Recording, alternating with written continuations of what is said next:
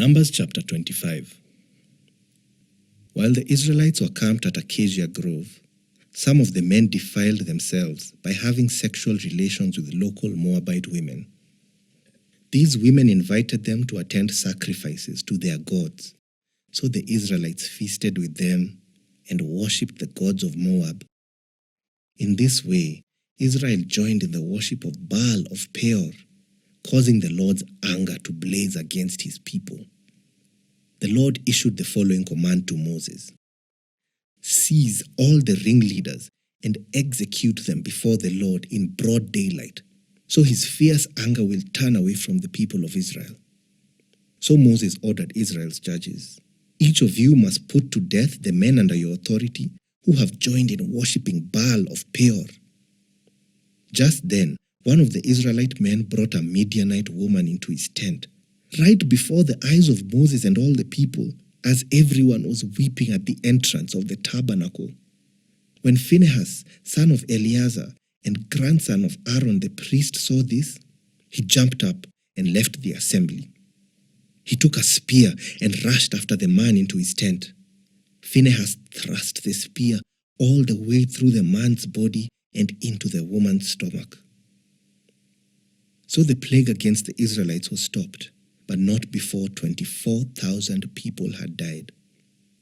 Then the Lord said to Moses, "Phinehas, son of Eleazar and grandson of Aaron the priest, has turned my anger away from the Israelites by being as zealous among them as I was. So I stopped destroying all Israel, as I had intended to do in my zealous anger. Now tell him that I am making my special covenant of peace with him. In this covenant, I give him and his descendants a permanent right to the priesthood, for in his zeal for me, his God, he purified the people of Israel, making them right with me." The Israelite man killed with the Midianite woman was named Zimri, son of Salu, the leader of a family from the tribe of Simeon. The woman's name was Cosbi. She was the daughter of Zur, the leader of a Midianite clan. Then the Lord said to Moses, "Attack the Midianites and destroy them, because they assaulted you with deceit and tricked you into worshipping Baal of Peor, and because of Cosbi, the daughter of a Midianite leader, who was killed at the time of the plague because of what happened at Peor." Numbers chapter 26. After the plague had ended, the Lord said to Moses and to Eleazar, son of Aaron the priest, "From the whole community of Israel, record the names of all the warriors by their families.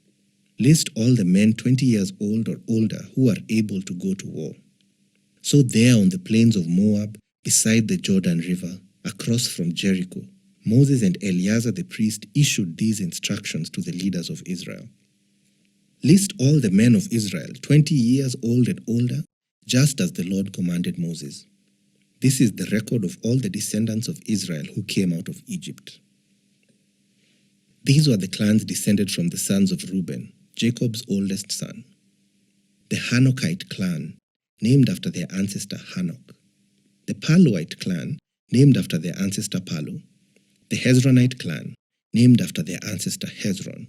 The Carmite clan, named after their ancestor Carmi. These were the clans of Reuben.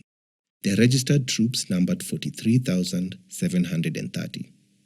Palu was the ancestor of Eliab, and Eliab was the father of Nemuel, Dathan, and Abiram. This Dathan and Abiram are the same community leaders who conspired with Korah against Moses and Aaron, rebelling against the Lord. But the earth opened up its mouth and swallowed them with Korah, and fire devoured 250 of their followers. This served as a warning to the entire nation of Israel. However, the sons of Korah did not die that day. These were the clans descended from the sons of Simeon. The Jemuelite clan, named after their ancestor Jemuel. The Jaminite clan, named after their ancestor Jamin. The Jachinite clan, named after their ancestor Jachin. The Zoharite clan, named after their ancestor Zohar. The Shaulite clan, named after their ancestor Shaul. These were the clans of Simeon. Their registered troops numbered 22,200. These were the clans descended from the sons of Gad. The Zephonite clan, named after their ancestor Zephon. The Haggite clan, named after their ancestor Haggai. The Shunite clan, named after their ancestor Shuni. The Oznite clan, named after their ancestor Ozni. The Erite clan, named after their ancestor Eri.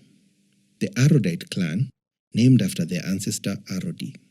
The Arelite clan, named after their ancestor Areli. These were the clans of Gad. Their registered troops numbered 40,500. Judah had two sons, Er and Onan, who had died in the land of Canaan. These were the clans descended from Judah's surviving sons. The Shelanite clan, named after their ancestor Shelah. The Perezite clan, named after their ancestor Perez. The Zerahite clan, named after their ancestor Zerah. These were the sub-clans descended from the Perizzites. The Hezronites, named after their ancestor Hezron. The Hamulites, named after their ancestor Hamul.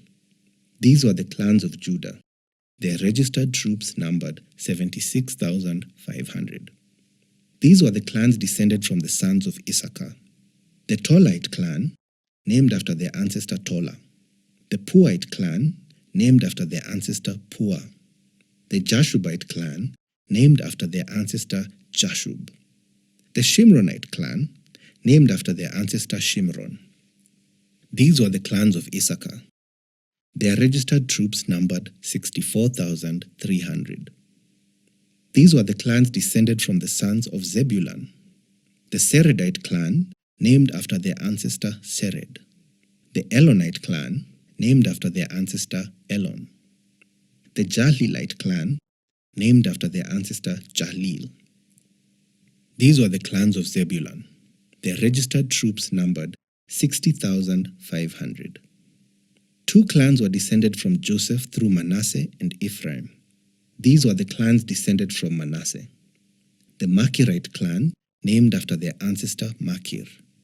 The Gileadite clan, named after their ancestor Gilead, Machir's son. These were the sub-clans descended from the Gileadites. The Eazerites, named after their ancestor Ezer. The Helekites, named after their ancestor Helek. The Azraelites, named after their ancestor Azrael. The Shechemites, named after their ancestor Shechem. The Shemidites, named after their ancestor Shemida. The Hepherites, named after their ancestor Hepher. One of Hepher's descendants, Zelophehad, had no sons, but his daughters' names were Mahlah, Noah, Hoglah, Milcah, and Tirzah. These were the clans of Manasseh. Their registered troops numbered 52,700. These were the clans descended from the sons of Ephraim. The Shuthelahite clan, named after their ancestor Shuthelah. The Becherite clan, named after their ancestor Becher. The Tahanite clan, named after their ancestor Tahan. This was the sub-clan descended from the Shuthelahites. The Eranites, named after their ancestor Eran. These were the clans of Ephraim. Their registered troops numbered 32,500. These clans of Manasseh and Ephraim were all descendants of Joseph. These were the clans descended from the sons of Benjamin. The Belite clan, named after their ancestor Bela. The Ashbelite clan, named after their ancestor Ashbel. The Ahiramite clan, named after their ancestor Ahiram. The Shuphamite clan, named after their ancestor Shupham. The Huphamite clan, named after their ancestor Hupham. These were the sub-clans descended from the Belaites. The Ardites, named after their ancestor Ard. The Naamites, named after their ancestor Naaman. These were the clans of Benjamin. Their registered troops numbered 45,600. These were the clans descended from the sons of Dan. The Shuhamite clan, named after their ancestor Shuham. These were the Shuhamite clans of Dan. Their registered troops numbered 64,400.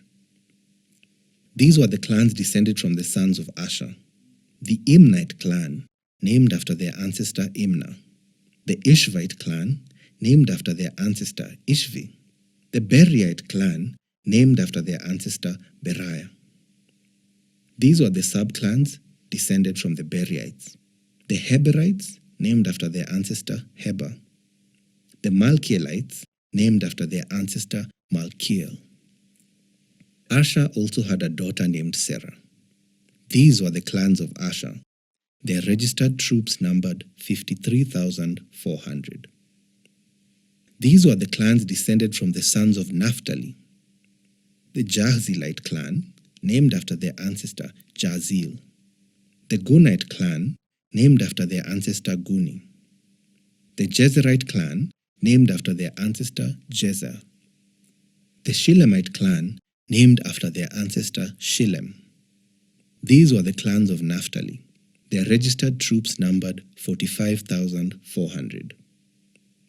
In summary, the registered troops of all Israel numbered 601,730. Then the Lord said to Moses, "Divide the land among the tribes and distribute the grants of land in proportion to the tribes' populations, as indicated by the number of names on the list. Give the larger tribes more land and the smaller tribes less land, each group receiving a grant in proportion to the size of its population. But you must assign the land by lot and give land to each ancestral tribe according to the number of names on the list. Each grant of land must be assigned by lot among the larger and smaller tribal groups." This is the record of the Levites who were counted according to their clans. The Gershonite clan, named after their ancestor Gershon. The Kohathite clan, named after their ancestor Kohath. The Merarite clan, named after their ancestor Merari. The Libnites, the Hebronites, the Mahlites, the Mushites, and the Korahites were all subclans of the Levites. Now Kohath was the ancestor of Amram, and Amram's wife was named Jochebed. She was also a descendant of Levi, born among the Levites in the land of Egypt. Amram and Jochebed became the parents of Aaron, Moses, and their sister Miriam. To Aaron were born Nadab, Abihu, Eleazar, and Ithamar. But Nadab and Abihu died when they burned before the Lord the wrong kind of fire, different than he had commanded. The men from the Levite clans who were 1 month old or older numbered 23,000.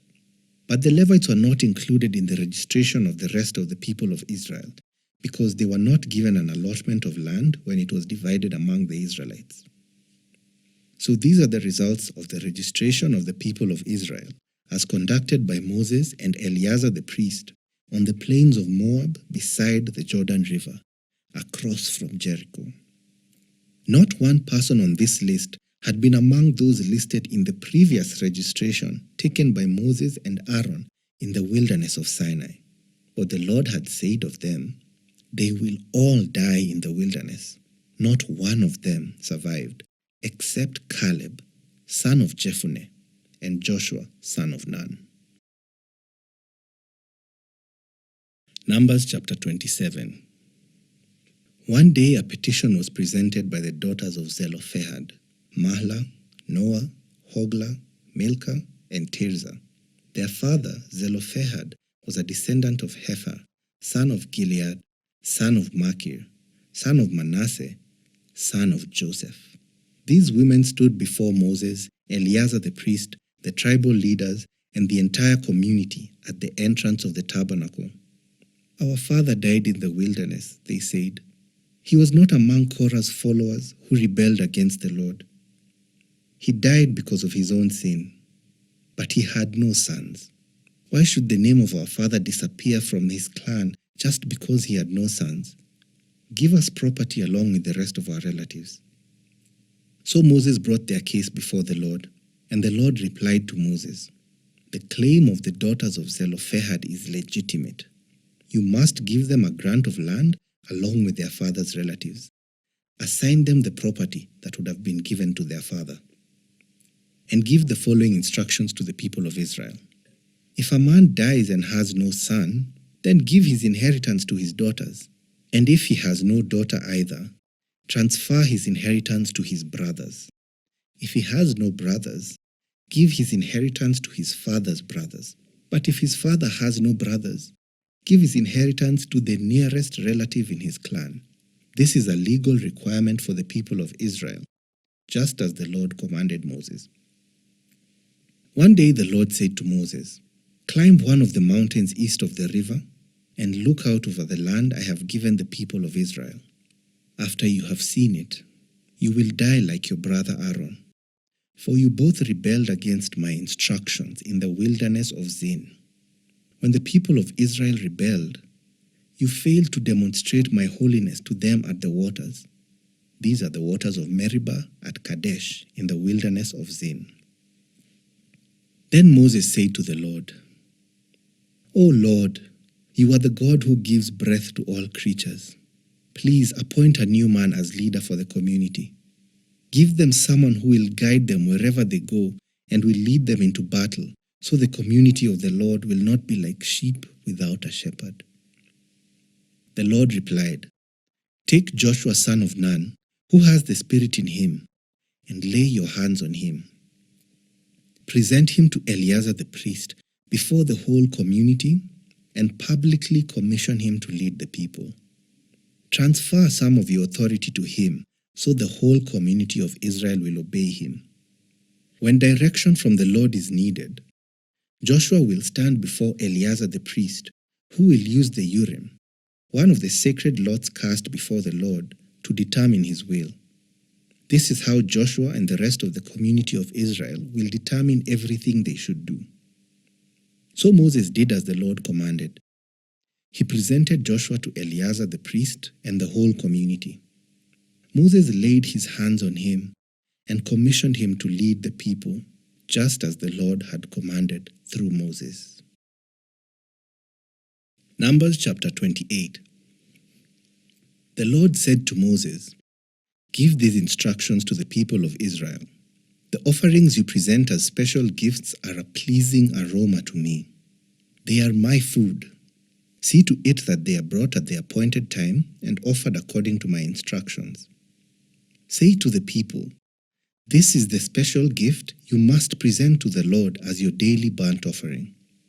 You must offer 2 one-year-old male lambs with no defects. Sacrifice 1 lamb in the morning and the other in the evening. With each lamb, you must offer a grain offering of 2 quarts of choice flour mixed with 1 quart of pure oil of pressed olives. This is the regular burnt offering instituted at Mount Sinai as a special gift, a pleasing aroma to the Lord. Along with it, you must present the proper liquid offering of 1 quart of alcoholic drink with each lamb, poured out in the holy place as an offering to the Lord. Offer the second lamb in the evening with the same grain offering and liquid offering. It too is a special gift, a pleasing aroma to the Lord. On the Sabbath day, sacrifice 2 one-year-old male lambs with no defects. They must be accompanied by a grain offering of 4 quarts of choice flour, moistened with olive oil, and a liquid offering. This is the burnt offering to be presented each Sabbath day, in addition to the regular burnt offering and its accompanying liquid offering. On the first day of each month, present an extra burnt offering to the Lord of 2 young bulls, 1 ram, and 7 one-year-old male lambs, all with no defects. This must be accompanied by grain offerings of choice flour moistened with olive oil, 6 quarts with each bull, 4 quarts with the ram, and 2 quarts with each lamb. This burnt offering will be a special gift, a pleasing aroma to the Lord. You must also present a liquid offering with each sacrifice, 2 quarts of wine for each bull, 1/3 of a gallon for the ram, and 1 quart for each lamb. Present this monthly burnt offering on the first day of each month throughout the year. On the first day of each month, you must also offer 1 male goat for a sin offering to the Lord. This is in addition to the regular burnt offering and its accompanying liquid offering. On the 14th day of the first month, you must celebrate the Lord's Passover. On the following day, the 15th day of the month, a joyous 7-day festival will begin, but no bread made with yeast may be eaten. The first day of the festival will be an official day for holy assembly, and no ordinary work may be done on that day. As a special gift, you must present a burnt offering to the Lord, 2 young bulls, 1 ram, and 7 one-year-old male lambs, all with no defects. These will be accompanied by grain offerings of choice flour moistened with olive oil, 6 quarts with each bull, 4 quarts with the ram, and 2 quarts with each of the 7 lambs. You must also offer a male goat as a sin offering to purify yourselves and make yourselves right with the Lord. Present these offerings in addition to your regular morning burnt offering. On each of the 7 days of the festival, this is how you must prepare the food offering that is presented as a special gift, a pleasing aroma to the Lord. These will be offered in addition to the regular burnt offerings and liquid offerings. The 7th day of the festival will be another official day for holy assembly, and no ordinary work may be done on that day. At the festival of harvest, when you present the first of your new grain to the Lord, you must call an official day for holy assembly, and you may do no ordinary work on that day.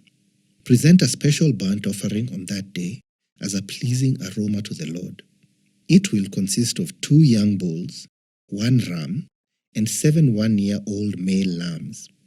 These will be accompanied by grain offerings of choice flour moistened with olive oil, 6 quarts with each bull, 4 quarts with the ram, and 2 quarts with each of the 7 lambs. Also, offer 1 male goat to purify yourselves and make yourselves right with the Lord.